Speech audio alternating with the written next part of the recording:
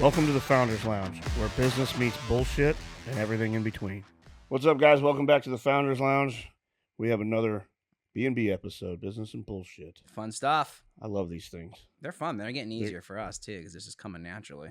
Yeah. All right, man. Let's jump right in. We're going to do Founders Roundup, buddy. Current events, something that you see going on in the world you want to talk about. You go first. I picked a good one, at least for me, because it kind of resonates. And I read an article, Starbucks, they've been in the headlines a lot lately with their new CEO, and that made pretty big news in the food world. But I read the other day they're closing 1% of their North American locations, which equates to like 185 locations nationwide. And it said, like, in doing so, they're reducing their corporate headcount by 1,100 people. That's the number that stood out to me. I'm thinking, that's a shit pile of people. That's a lot of people. And they're moving pretty quick with that, too, right? It's in the next month, I heard. And then, or not, I don't know if it's the next month, but I don't really know the timeline. But the other one that stood out to me is they're offering exit payouts for employees who are unable or unwilling to return to the office full time. To me, that was like I had a little, I like it. I wonder what the exit payout looks like for Starbucks. Would that be like corporate C-suite? I'm assuming like corporate remote. Support staff. Yeah. But no more remote positions. And then, the article went on to say that they're just, kind of going back to what made them successful in the first place, which I've seen a lot of brands doing lately. They tried to go way outside their realm of kind of their core nucleus of what made them what they are. And, said they're focusing on customer experience, getting back to a more kind of creative, innovative design of the cafes now. I feel like, to me, this is my opinion. This is my 2 cents. I could be right, wrong, or indifferent, or half right. I feel like what they did is they kind of tried to get more into retail, selling their retail stuff. You know what I mean? Like, absolutely. And I see a lot of fashion brand. You know what I mean? Yeah. And so now I think what this new guy's trying to do is bring it back full circle to, hey, this is what we were doing when this brand became a household name. We're going to get back to that. And I just thought it was awesome. Do you, I'm just to go a little farther because you're in the industry. Do you think, because I see it too, you're right, like KFC, there's a lot of these kind of core brands that have been with us for a long time that really broadened their menu options and just went into other stuff. What do you think is bringing them back to the table now, other than the sales are down? Is there something like we got to simplify again? Is there something that people are nostalgic for, just less decision making, more just I know what I'm getting? Like, what's? I think it's a culmination of that and a million other things. That for sure. I think, look how many people are doing coffee brands now. Their competition is going rampant. Saturation. Every time you turn around, there's another coffee franchise popping up. It's a saturated industry. And they're really good ones. Dutch Brothers. Yeah, there's great. I mean, you could throw Black Rifle Coffee into that mix. And then so their stocks prices go, they fluctuate. But I think it's just kind of all encompassing. Yeah. One of the coolest things that I've seen, and this is actually going to talk about like what are some cool campaigns coming up that I've seen, but this has been going on, I hate to say it, but market saturation. Dunkin', we've talked about on the show, Dunkin' Donuts was, you went for donuts, it became a coffee-focused business to the point where they just took the donuts out. So you're right. So even some of the old guard, lower, probably more affordable brands for breakfast became coffee driven. So we're seeing it in right, with like Clean you're in Eats. the industry, dude. Tell like we're kind of in a similar, I'm using my fingers in quotes, situation right now as we speak. Clean Eats as a franchise brand is 10 years old this year, and it's been 10 years, and we're starting to see things change a little bit. The landscape is changing for the same reasons. I don't want to say we pivoted, but we started doing a whole lot more CPG, and we started focusing on our grab and go selections and other things. And we saw a slight decrease in meal plans. And I think that happened because of a few things. The big one, like I said, is competition. Quinn, who's coming in here shortly, awesome. our operations director, he did this little study and showed it with the team the other day, and the amount of competition that has popped up in the prepackaged meal space in the last 5 years would blow your mind. And then Yeah. you've got these bigger brands like Factor and, the big ones who have already been acquired by monster PE groups. I'm talking conglomerates. They have ad budgets of hundreds of millions of dollars. Whereas even companies our size, we're in our space, probably on the franchise side, one of the bigger ones. Yeah. But our ad budget, it doesn't even shake a stick at what these guys have to their disposal now. So it's just getting harder and harder and harder. And, and I'm still seeing kind of mom and pop meal plan companies show up in local markets. And I'm just like, man, like, if only you knew. I just, in a way, I kind of feel bad. I I'm see like, it in marketing at a smaller level. You do feel bad, but you're also like, you're at the point now where they got to experience the same trials and tribulations as you had to. And the deck is stacked way against them. Yeah, it is, bud. I mean, to your point too, I think at a 10-year-old business, a decade-old business, it's like human nature where you spent 10 years trying to define what you pivot, you roll out new stuff, you see what the market wants, what it'll bear. You get to an age they were kind of like, even in life, it's like, you know what, I know what I like. I'm done playing games. I know what I'm good at. So it's been fun to watch you guys, any of the businesses, including our own, where you see they tried a bunch of different stuff because they could do it. Doesn't mean they should have, but they did it because that's all they knew to do. And now they're scaling in again. So that's what we're currently working on. Right, brother. Trying to go right back to, okay, what's our core nucleus? What got us here? You always have to adapt to survive.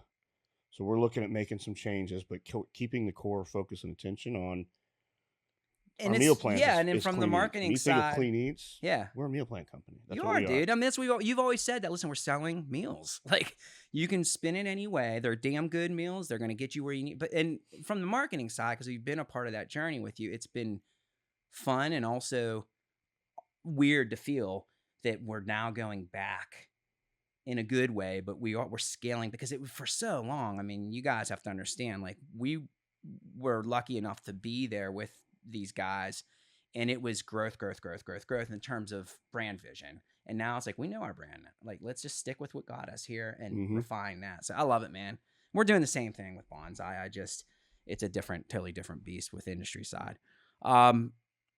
Jump into mine. Went a little longer than that, but I think it's definitely worth it. Mine was, I'm always going to be product oriented.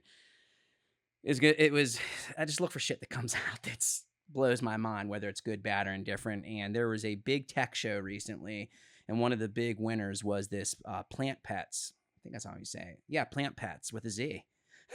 With a Z product. Yeah, well, wait till you hear what it does. The idea is it's a plant holder that'll automate living plants. So it animates them, actually, is the better term. It'll allow the plant owner to engage with their plant. And so it's got a system of sensors, mechanisms that'll get the plant to move, to pick up different voice commands, to dance. Is this a real plant? It's just a real, yeah. I mean, this isn't it's not a plastic plant. I could buy a sunflower, put it on, and I don't know how it does it, but it lets you know when the plant's thirsty. It makes little noises and stuff. And it's just like, there's a part of me that's like, okay, that's a cool novel idea. But also there's a part of me like, what's wrong with us? Like, I can barely take care of my kids' demands. Now you've got plants in the house that you're going to be able to. So it retails for about $40. The question is, would you buy it just to see? Hold on, I got a lilac. Yeah, it's Plant Pets, all one word with a Z is what I got here in my notes. And I don't even know if they're out to the market yet. I found this. I think it was through a tech show. Like one of those where they're like upcoming products. Yeah, it is legit. Yeah, it is. And robotic plant. And it does a lot of other things. It caught my eye. I'm always looking to see what inventions are out there, just out of curiosity. And this one was, I don't know, Don. It's kind of wild. You want one, don't you? Yeah. I know. I was doing research. I'm intrigued. Like, listen, for the price point, I don't have a green thumb, son. So, but you don't have to. This thing will. Don, I'm thirsty. No, it gurgles and stuff, and it makes all these little noises. But thought it was interesting. It'd be interesting to see the branding around it, and if the market picks it up. All right, pop culture bullshit, which actually that probably could have been in there. What do you think? What do you think's going on in the world that you're sick of, you love? You go first, and I'll hit. Mine is always going back to like viral social media memes. It's kind of what I'm looking for. And dude, I'm just honestly at a loss. I was thinking about this last night. I'm like, what do I want to talk about when it comes to this topic on the show tomorrow? And there's a million memes out there and like things you see on TikTok, and on these episodes, I try to point one out each week when we do these shows, and I'm like, all of the shit that's happened in the last 2 to 3 weeks, I have seriously tried to just limit my screen time. And to be honest with you, it's been kind of nice. Feels good, right? You know what I mean? Like, I'm just like, I'm not going to just sit here and aimlessly scroll to look for this shit anymore. Like, it's just, and I had a good friend in town, Hanse. We had him on the show. That episode will drop soon. And that was a big topic him and I talked about all week. Because of his job and what he does, he's very connected to what's really going on with the world. And him and I were just having some really good conversations about it. And I'm just like, man, I just got to, obviously I'm not going to disconnect. You know what I mean? Mm-hmm. Because of Clean Eats and what we do and the farm, you're kind of stuck. I have to, yeah, I got I'm not really stuck, but you kind of obligated. I don't know. It's a necessary evil now. Yeah. But, some of my past habits of just sitting there scrolling and, getting sucked into the stupid shit online, I'm just like, I can't do this anymore, man. It's sucking my soul out. So past 2 weeks, man, I've just kind of been, I'll get on there for 5-10 minutes a day. And that's awesome. Keep up the good. I mean, I remember you're like at a point of like cognitive overload. We've talked like this. I think we're like something's changing, man. Something's changing. We know it. This isn't an epiphany of us. It's like everyone feels it. I will say, I've had this discussion. I remember maybe a couple years ago, and you're like, probably 2 or 3, and you were getting fed up because you're like, I'm just sick of all the random junk from the algorithm showing up my feed. I wanted to see friends and family. Yeah. It's not that anymore. Mm-hmm. Remember when it was just like Hans say, his stuff's inspiring. Like you want to read because the dude. It's like positive. It's life. And then you get 30 political ads or whatever it is, And you're right. It's like invasive now. Social media used to connect. Now it's invasive. And you used to go to it. Now it's coming to us. And that. I mean, he teases me because I'm not on there a lot, man. I get it, but there's a reason. I get it. Yeah. All right, man. Mine is side hustles. Every now and then we'll bring up a celebrity side hustle. And I was telling Don guys before we started the cameras. This was funny. It was tough. It's tough because all the celebrity side hustles now are usually in the health and wellness and makeup space. But this one, I dug deep. And I haven't heard of it, but apparently Pamela Anderson has a product, and it is pickles. Pam's Pickles. Now, come on, man. I think it's freaking great. I have questions. It's expensive, too, though. I think it's do they have merch? I don't know, man. I don't even know if it's... Because I just want a t-shirt that says Pam's Pickles. I think if you type in Pam's Pickles, be careful. You might come up with something totally different. But if you type Pamela Anderson Pickles, I think they're only selling it like on one website now. It might just be a pilot and they're floating it. But it was the most unique out of any of the celebrity side hustles that I've seen. And it sounds good, man. The marinade's like rose, dill, mustard, and garlic is like the secret sauce that they put out there. And it's about $38. These images on Google are almost creepy. Well, she's making a comeback. I don't know if she ever went away fully, but with Naked Gun and all that. I just watched it a few weeks ago at the house with my daughter and Sarah. And we need a t-shirt that says Pam's Hell Pickles. Yeah. I'd love Pam's Pickles to sponsor us. You can get in front of our audience. No, I mean, the other thing is this. Most people are these days. I don't know what to say this. I love pickles, man. Dude, I love them. They're the best. Like, yeah. Anything. And you know what? With Some a of the pickle best brine. pickles I've ever seen are like ones you get at like farmers markets.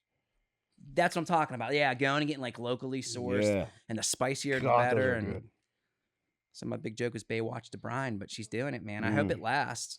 If I start seeing him locally at grocery stores at the Harris Teeter, I'm going to lose my shit. But if I see him, I'll buy us some. We'll eat them on the show. Pam's Pickles. Actually, maybe that's what we'll just do, man. Just order some online. Bring them on one of the episodes and do a taste test. I mean, give our opinion. All right, the Barber and Hyman mashup. Yeah. So I was sitting last night kind of like typing up show notes for today. And I don't know what, it might have been a commercial or something, but it's almost oyster season. Right. oyster season here in North Carolina is like, it's on. I've had oysters all over the place, and I'm not very cultured. I'm using my fingers in quotes again, cultured when it comes to oysters. Yeah. Like, I'm not a guru. Not a fan either. But some of the best ones I've ever had are right here in Wilmington, right here in North Carolina. And there's a place here locally called Riceville Beach Brewery, and to me, they have one of the best things on their menu. It's hands down the best pizza I've ever eaten. And I was thinking about Portnoy, and he does the pizza ratings. It would be awesome if he could get his hands on one of these. But they have an oyster po' boy pizza that is made with steamed oysters. And they have like a garlic aioli and arugula. The garlic aioli that they put on this is the marinara. It's good. And it's kind of spicy. It has a little bit of kick to it. And they have jalapenos, arugula. But damn it, is that pizza good, man. They own another location under a different name down in a county next door. So Sarah and I go there all the time. It's Brunswick Beer and Cider. Their pizzas are off though. You're right. I don't know what their pizzas. I haven't had the po' boy one, but I love. Yeah, I mean that's the mashup. That's the mashup. They got to do it, oysters man. On pizza. When I the first time Yvonne and I ever went there, and I saw it, I'm like, dude, what? Who is going to put steamed oysters on a pizza? So then another time we went there, I'm like, you know what? Screw it. I'm just going to get this thing and eat it. And then every time, man, it's like, I don't even need a menu when I go there because that's the only thing I'll ever eat there. Dude, it's amazing. If you guys are ever in town, go to the Riceville Beach Brewery, man. They're solid. All right, man. Hot takes, buddy. So this is coming just because of this past couple weeks, and everyone can relate to this. My hot take is meeting hangovers are getting stronger as I get older. Everyone says like, oh man, I can't do Saturday night like I used to. I'll be sleeping it off for 3 or 4 days. Back in our 20s, you go and get up Sunday and then go get a Bloody Mary. But mine is the meeting hangovers. They're having the same effect. And I think it's coming down to, this isn't a new thing, but are we too meeting heavy in this society? Hell yeah. Yeah, you've talked about it. Dude, that's a pet peeve of mine. Dude, so yeah, it is mine too. I mean, I think there are necessary meetings. I think there are meetings that go off the rails because there's no real guidance within the meeting. But had a few this week where, we just like, what the hell's going on? But meeting hangover is an actual term people are starting to use. And it's like the feeling. And I was like, oh my goodness, it's so accurate. After a meeting, the feeling that you're drained. It's sometimes you're frustrated. You can't focus. And it's because of disruption in the workday. And the energy that goes into that disruption and then having to get back on track and a momentum and a jive, whatever. So, and so I started digging a little deeper and, it's a real thing. 71%, according to this university, I think it was Harvard or one of them, 71% of meetings they did in this study were considered counterproductive or non-productive. 65% of people could have been doing something better towards the end cause. So. My brain's rattling. Well, yeah, and we've talked about it off record. So not that I'm getting rid of meetings, but it did open my eyes, man. Like, just because you're in a room doesn't mean you're doing something productive. So nothing irritates me more than if we've got a scheduled meeting and we're in that conference room and that 60-minute mark comes up and I'm just sitting there looking around the room and I'm going, all right, man, we're 60 minutes into this damn thing. Like, there are times where it's a necessity. Like our board meetings. Absolutely, dude. I'm not discounting strategic. Monotonous, but they're a necessity, right? And then we have a bi-weekly like leadership meeting where everybody on our executive leadership team, we do a bi-weekly meeting. We used to do them weekly. And I'm like, guys, it's too much. It's a lot. There's no follow-up. Like the action items that come out of this, it's too much. So we move those to bi-weekly. And now, there are times, even in the bi-weeklies now, I'm like, this was kind of, it's nice to get them to connect so that you know what's coming up during the week. But then we leave the meeting and I'm like, all right, what's gonna happen? What are these action items that are coming out of this damn thing? We just sat here for an hour and went through every department and their updates and where everything's at. For us, I'm on the fence with it because we have three companies in one, and there's a lot of updates. Right. And communication sometimes has a breakdown when you do that. And so that's what I think is the best benefit out of us doing it. But man, they go longer than 45 minutes, I get agitated really Yeah, I mean, quickly. you're right. People get solid. We do our Monday ops team. I mean, everyone comes together. We go over brand needs of the week and future vision Don't stuff. even get me started on our old marketing meetings.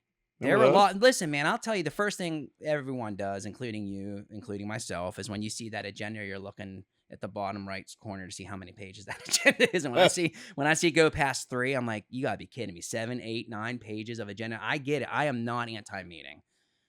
I'm anti getting in a room to hear ourselves talk, to feel like we're doing something, when in reality, we could actually be pushing across the finish line. And I also think as a leader, as an owner, as someone in a management position, you do start to question, like, is this self-serving? Is this just so I know what the hell's going on? Is this actually helping the teams? And I was in one of those meetings this week. I didn't call it. It was called for me. It was beautiful.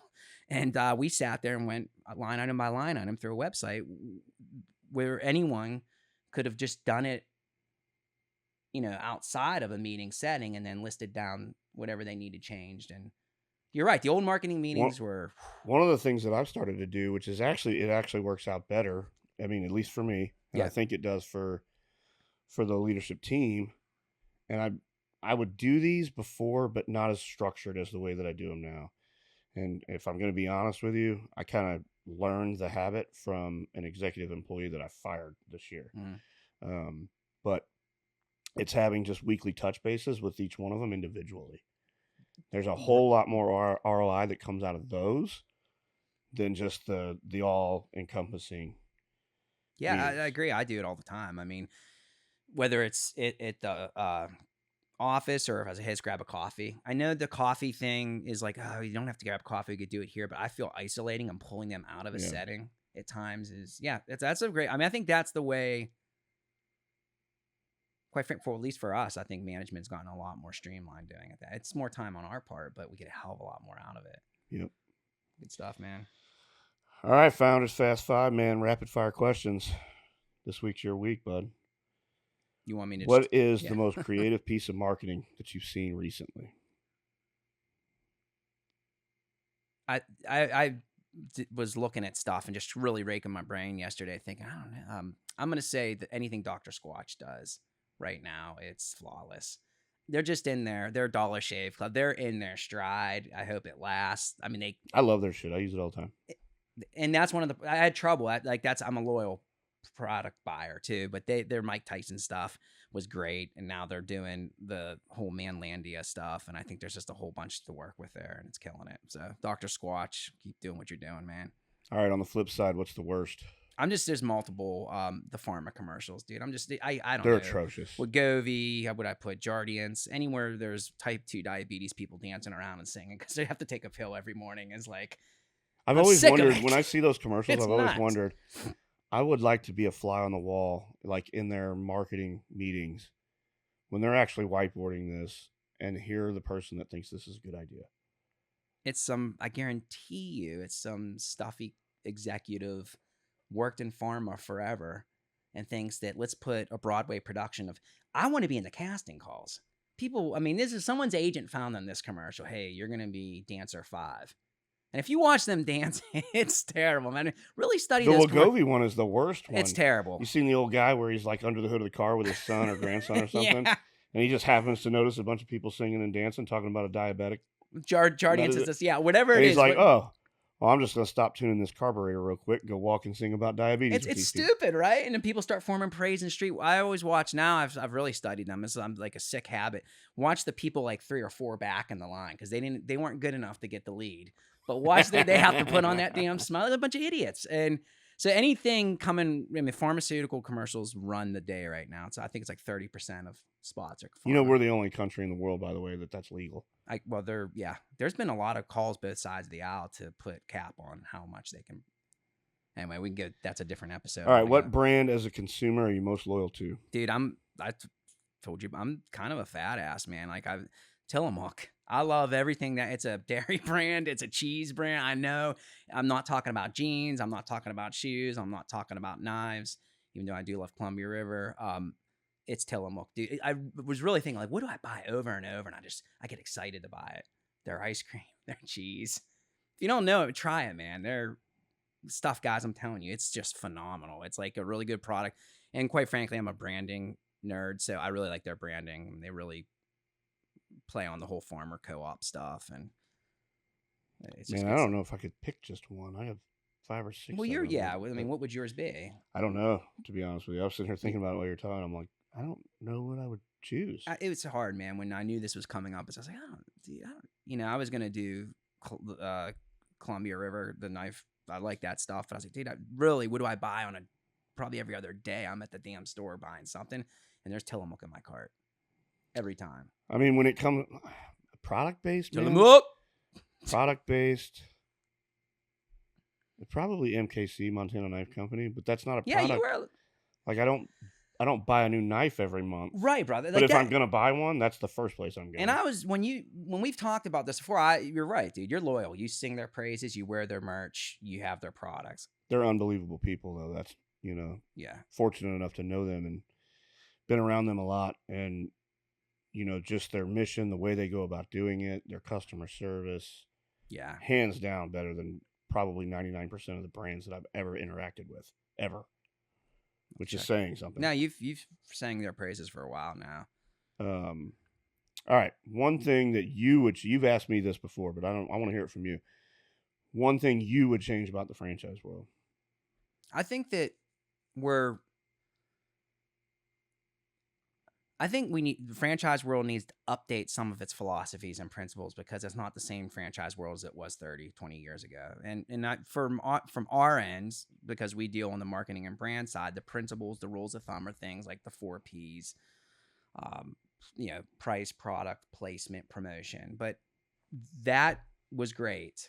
But because of saturation and a heavier focus on customers wanting focus on them, and franchisees needing to understand just because you buy it, those 4 Ps aren't going to be enough anymore. There's a 5th P. I think it's people. I think that goes 2 ways. It's the people behind the brand and the people supporting the brand. If you don't have personality, and when I say people, I'm talking more like personality, don't buy into a franchise or start a business, quite frankly. If you're going to, and I'm talking more at our level, like emerging 100, 200, 300, 400. We're not you're going to be in there and you're going to have to work with people, whether it's your team, whether it's your customers. And, the 4 Ps aren't going to cover it. Product, price, place, and promotion. Yeah, those are baked in, but you better have a damn good personality or someone who does to connect. The only thing I would add is just a comment that people have a tendency to, and we won't get into why, but they're sold, and I'm using my fingers in quotes, this pipe dream that it's going to be passive income. Yeah, turnkey. Everything's and it's not. Never has been, never will be. I'm not saying that they're out there, so don't take that with a grain of salt, but I'd say 95 to 99% of them, they're not mailbox money. You have to work at them. Period. Maybe that's what I was trying to say, and you said it. You said it cleaner. Like, the problem that I have with the principle of, and I'm using that as my example, but I think there's a lot of philosophies and rules of thumb that should change. The problem I and you have is that when you just focus on product, price, placement, and promotion, you've removed the human equation. And people, they're like, oh, it's turnkey. Yeah, as long as I do that, you got to work at it. So people, passion, personality, whatever the hell that 5th P is, it's humanity. I mean, it's not going to come easy. It's still a business, man. Yep. And we aren't going to be able to formulaically say, oh, if you hit the 4 Ps, you're going to, and I think that's something that's been put out there. Is it sounds really good in academia and textbook, but it doesn't necessarily apply in real world. So, all right, last one. This is funny. You're in a slap boxing match. You know the slap boxing tournament where who's on the other side of the table? If you had to pick. There's so many people, Don. There's so many people. Jonathan Smith, he screwed us over. No, joking. I'm not going after. If your name's Jonathan Smith, that's coincidental, by the way.